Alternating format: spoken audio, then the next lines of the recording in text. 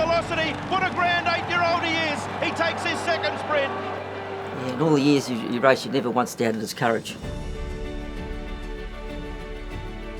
So let's go right back to the start, mate. Before Aero Velocity come to Hong Kong, Yep. I believe he was a hard sell. I hawked him all around Hong Kong. A guy called Daniel Young, young guy, rang me up and said, can we have a coffee? So we had a coffee, and I got a horse for you. He was very much an individual horse. How many bones did he break, or people's bones did he break? He broke his strapper's collarbone once. He banged up a few. Yeah, I've seen him put a few up the fence.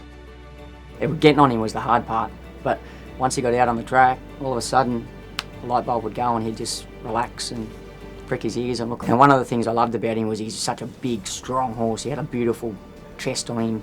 He was like a war horse, so if you needed to bump one out of the way, they were never going to win. The aggression he had in the mornings, he'd really put that into his races, and then when they come, he'd pin his ears back, and it'd take a good one to get past him.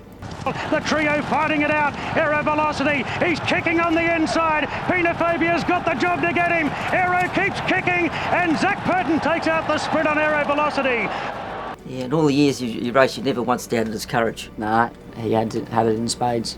Yeah, well, that last one was fantastic. It was a little bit of a surprise, but a very pleasant one. One of the greatest moments I've had on a race course is watching the post-race vision of the owner. When that horse went over the line and won that race, the emotion he showed on his face, it was unbelievable, and I think that was reflective of all of us.